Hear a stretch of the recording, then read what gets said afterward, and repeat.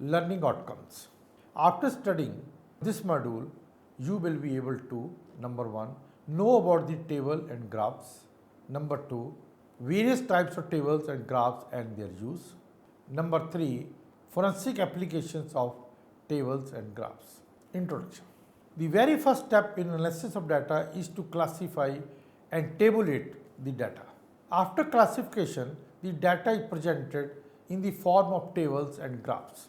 The data can be represented in a concise manner using graphs and tables, but it is necessary to explain the data clearly. Classification and tabulation of data is not always interesting. Too many figures can be confusing sometimes and may fail to convey the meaning effectively or message effectively.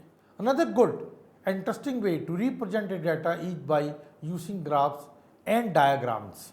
There are various ways in which a data can be represented pictorially using graphs, diagrams, maps, etc. Choosing the best way of representing the data is a difficult task and requires a great deal of artistic talent.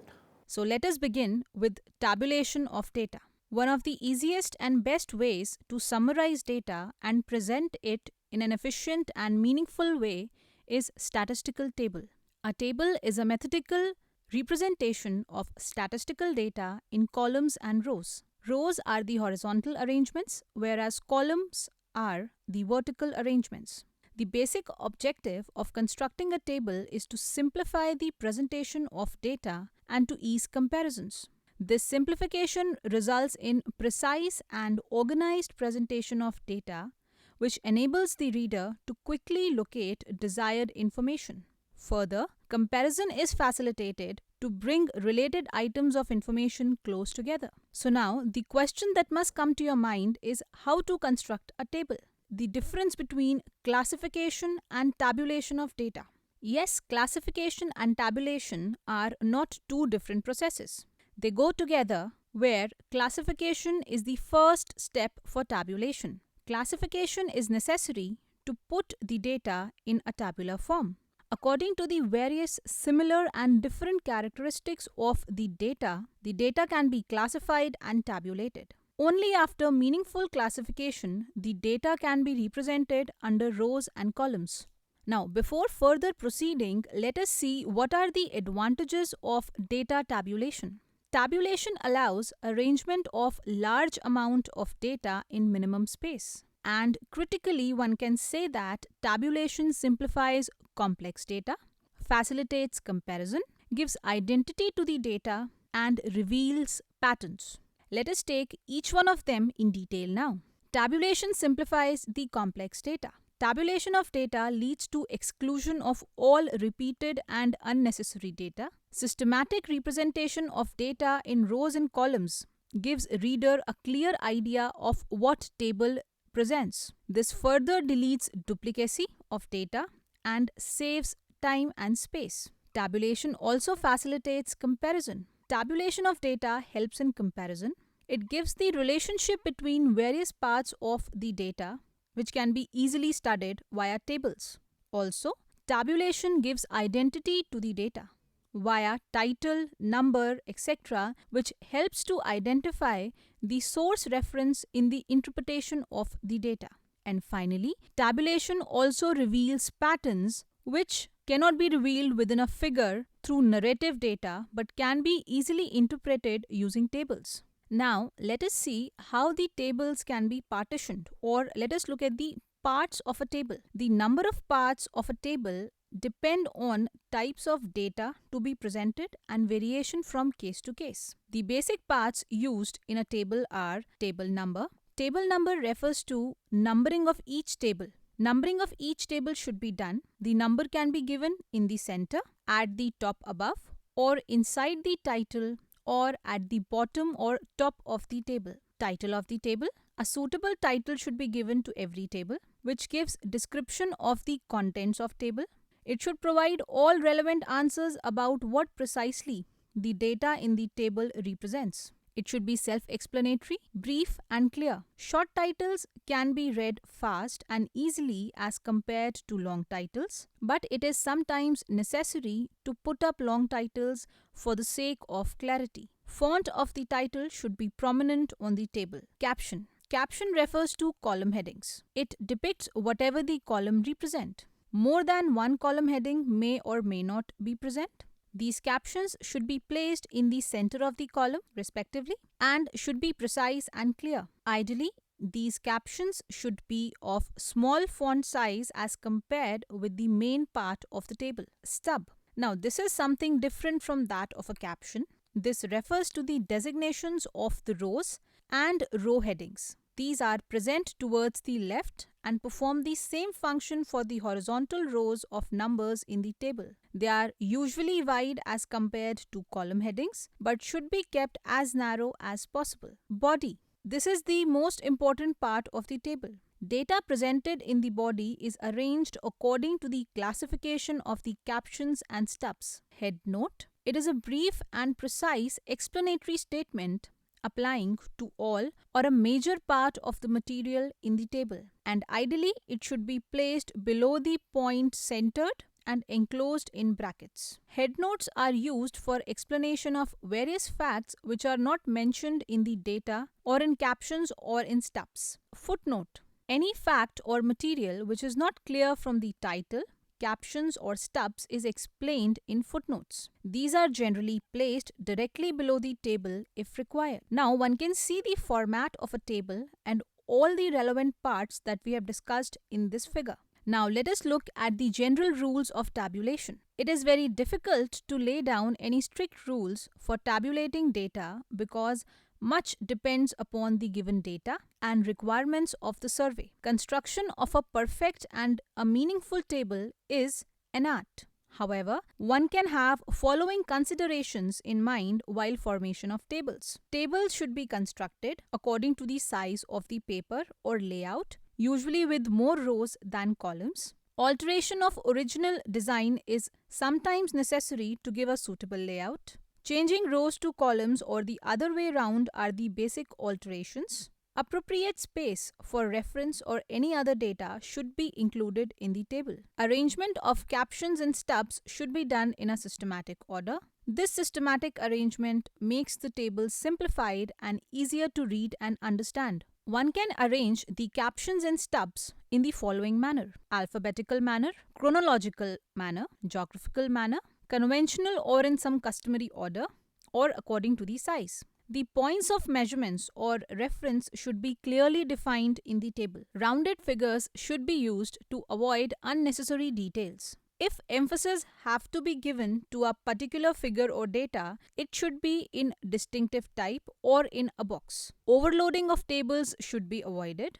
A column entitled miscellaneous should be added for data which does not fit in the classification done. Logical arrangement of tables should be done and every item should be relatively placed. Computation of percentage and ratios should be done and shown. Where standard classifications have been prepared, it is usually desirable to employ them as they are superior to otherwise constructed individual classifications. Avoid abbreviations, especially in headings and titles. Be explicit and ditto marks should be avoided.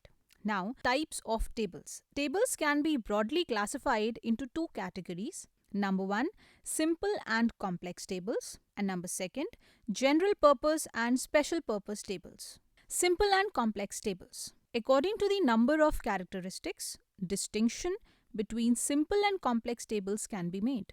In a simple table, one characteristic is shown, so it is known as a one-way table, whereas complex table is known as a two-way table or double tabulation as two or more characteristics are shown. These tables are preferred as they represent overall information and facilitate proper consideration of all the related facts. The tables in which three characteristics are shown are referred to as treble tabulation. Let us look at the examples now. For one-way or single table, there is only one characteristic shown, that is the number of employees in a company according to age group. Now, the other example is for a double table where two characteristics are shown and is formed when either the stub or caption is divided into two coordinate parts. Over here, one can see that the number of employees of a company in different age groups according to sex are classified. So we have the employees classified or categorized into different age groups further as males and females, general or special purpose tables. These are also known as reference tables or repository tables or derivative tables, which provide information for general use or reference. They are not made for any special discussion. They contain detailed information. In other words, they are the storehouse of information which are arranged for easy reference. They are referred to as summary tables as they provide information for a particular discussion. When they are attached to a report, they are found in the body of the text, as one can see from the example, where the number of males and females, literate and illiterate, are classified into different age groups. With this, now let us look at the other data analysis technique, which is representation by graphs. A large variety of graphs are used commonly. Graphs can be classified into the following categories. Number one, graphs of time series and graphs of frequency distribution. Construction of charts and graphs is an art which can be acquired through practice. There are a number of rules, adoption of which leads to the effectiveness of graphs. We will look into the rules for constructing such a graph. Following points should be kept in mind while constructing a line graph. Take the time on x-axis and the variable on y-axis. Begin y-axis with 0 and select a suitable scale so that the entire data is accommodated in the space available. Corresponding to the time factor, plot the value of the variable and the various points by straight lines. Join the various points with straight lines and not curves. More than one graph should be distinguished by the use of dotted lines, thick or thin lines, or so on. Appropriate titles should be given to every graph, and lettering on the graph should be done horizontally only. Now with this, let us look at the graphs of one variable. In case of one variable, x-axis represent time and y-axis the value of variable. Various points are plotted accordingly and joined by straight lines. Variations in the variable is indicated by the fluctuation of this line, as can be seen in this graph.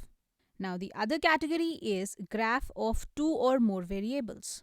Two or more variables can be represented on the same graph in case of same units of measurement. This helps in comparison of data. But in case of large number of variables, this type of graph becomes quite confusing to understand. To distinguish between the variables and for the sake of clarity of data, broken, dotted or differently colored lines are used, as can be seen in the figure. Now, another category under this section of graphs is a band graph. It is a type of line graph which depicts the total for successive time periods broken up into subtotals for each of the component parts of the total. In short, it is a graph which shows how and in what proportion each item comprising the aggregate are distributed. Several component parts are plotted one over the other, and the gaps between the successive lines are filled by different shades, colors, etc. to give appearance of a series of bands, as one can see in the graph. Now, graphs of frequency distribution. These types of graphs can be presented in the following ways: histogram, frequency polygon, smooth frequency curve, ogives or cumulative frequency curves. Now let us begin with histogram. It is one of the most popular and commonly used graphs.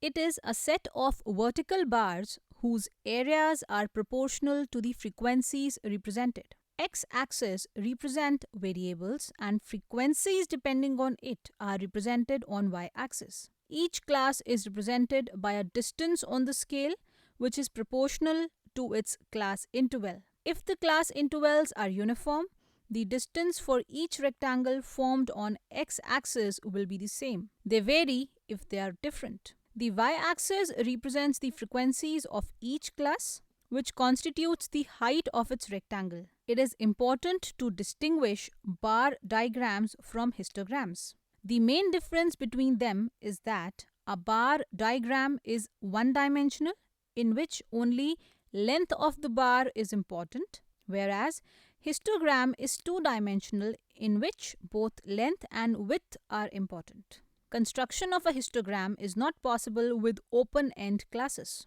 If the distribution has unequal class intervals and suitable adjustments in frequencies are not made, then a histogram can be quite misleading. Now, the second category is frequency polygon. It is a graph of frequency distribution and has more than 4 sides. It proves to be useful for comparison of two or more frequency distributions. Further, frequency polygon can be constructed in two ways. Number one, we may draw a histogram of the given data and join by straight lines the midpoints of the upper horizontal side of each rectangle with the adjacent ones, as we can see in the figure. Now, such a diagram or a figure is referred to as frequency polygon. An alternate method for construction of frequency polygon is to take the midpoints of different class intervals and then plotting the frequency corresponding to each point. Joining these points by straight lines gives a figure as obtained in the previous method, as can be seen from the graph. Let us look at the advantages of frequency polygon over histograms. To make certain comparisons possible, the frequency polygon of several distributions may be plotted on the same axis, whereas in histogram, a separate graph is required for each distribution. Frequency polygon is comparatively simple, where the data pattern is clearly represented. With increase in the number of classes and observations, the polygon becomes smoother and curve-like. Now, next category is smooth frequency curve. Various points of the polygon needs to be considered while constructing a smooth frequency curve. It is drawn freehand such that the included area under the curve is more or less the same as that of the polygon. Its main objective is to eliminate accidental variations that might be present in the data as far as possible. The two steps for drawing a smooth frequency curve are draw the polygon and smooth the polygon. While smoothing of curve, following points should be taken into consideration. Only frequency distributions based on samples should be smoothed. Only continuous series should be made smooth. The total area under the curve should be equal to the area under the original histogram or polygon. With this, we come to the next category of graphs, that is ogives or cumulative frequency curves. Cumulative frequencies are the added frequencies which are listed in a table called cumulative frequency table. The curve obtained by plotting the cumulative frequencies is called cumulative frequency curve or an ogive. Two ways for construction of ogives are: number one, less than method, where we start with upper limits of classes and then keep on adding the frequencies to obtain a rising curve, as can be seen in the figure. And the second is more than method, where we start with lower limits and keep on subtracting the frequency of each class to obtain a declining curve, as can be seen. Now, these ogives are used to find and show the number or proportion of cases above or below the given value. These are utilized for comparison of two or more frequency distributions and for graphical determination of certain values such as medians and so on. Pie diagrams. Circle diagrams are alternative to square diagrams and are used for the same purpose, which is for diagrammatic presentation of the values differing widely in their magnitude. The area of the circle which represents the given values is given by pi r square, where pi is equal to 22 by 7, that is 3.14, and r refers to the radius of the circle. Just as subdivided and percentage bars or rectangles are used to represent the total magnitude and its various components, the circle may be divided into various sections or segments which, in sectors, represent certain proportion or percentage of the various component parts to the total. Such a subdivided circle diagram is known as angular or pie diagram or chart. This is named as pie diagram or chart because the various segments resemble slices cut from a pie. In order to construct a pie diagram, one must learn the steps involved in the construction of pie diagram. Express each of the component values as a percentage of the respective total. Since the angle at the center of the circle is 360 degree, the total magnitude of various components is taken to be equal to 360 degree, and each component part is expressed proportionately in degrees. Draw a circle of appropriate radius using an appropriate scale depending on the space available. If only one category or characteristic is to be used, the circle may be drawn of any radius. Having drawn the circle, draw any radius. Now with this radius as the baseline, draw an angle at the center equal to the degree represented by the first component. From this second line as base, now draw another angle at the center equal to the degree represented by the second component to give the sector representing the proportion of the second component. Proceeding similarly, all the sectors representing different component parts can be constructed. Different sectors representing various component parts should be distinguished from one another by using different shades, dottings, colors, etc., or giving them explanatory labels either inside the sector or just outside the circle with proper identification. The degree of any component part can be calculated as component value upon total value into 360 degree. Now let us look at the pie diagram representing percentages of blood groups for a group of 200 people. Over here, we can see that 16% corresponds to blood type A, 25% corresponds to blood type B, 40% corresponds to blood type O, and 19% corresponds to blood type AB. Using this data, one can calculate the number of people corresponding to blood type AB, blood type O, blood type A, and blood type B. Let us look at the applications of tables, graphs, and diagrams in forensic science. Tables and graphs are widely used in forensic science to tabulate the various evidences found and their findings. In case of estimation from bones, the measurements are tabulated for easy calculation and observation.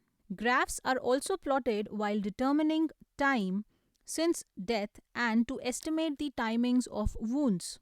In forensic psychology, techniques like polygraph involves plotting of graph to analyze and interpret the results. Tables and graphs are used in various other branches of forensic science as well. The table, so given over here, refers to the data collected about victims in case of a mass disaster. This tabulated data helps in identification of victims. Summary. The very first step in analysis of data is to classify and tabulate the data. A table is a methodological preparation of statistical data in columns and rows. Arrangement of captions and stubs should be done in a systematic order. According to the number of characteristics, distinction between simple and complex tables can be made. In a simple table, one characteristic is shown, so it is known as one-way table, whereas complex table is known as two-way table or double tabulation, as two or more characteristics are shown. General or special purpose tables are storehouse of information which are arranged for easy reference. Large variety of graphs are used commonly. Graphs are classified under following categories: graphs of time series and graphs of frequency distribution. These types of graphs can be presented in the following ways: histogram, frequency polygon, smooth frequency curve, and ogives or cumulative frequency curves.